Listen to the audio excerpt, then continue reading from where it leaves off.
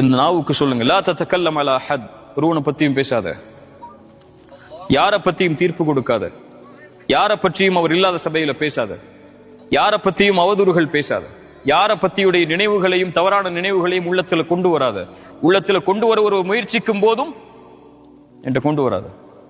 அவருக்கும் அல்லாவுக்கும் உள்ளது. அறிவுரை செய்யணுமா, தனிப்பட்ட முறையில் அழைச்சி அறிவுரை செஞ்சுக்கொள். தவற திருத்துறதுக்கு வழியை கொடு.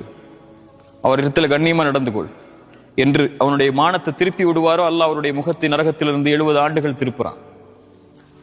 அதை நம்மளுடைய நாவுக்கும் உள்ளத்துக்கும் சொல்லி கொடுக்கணும்.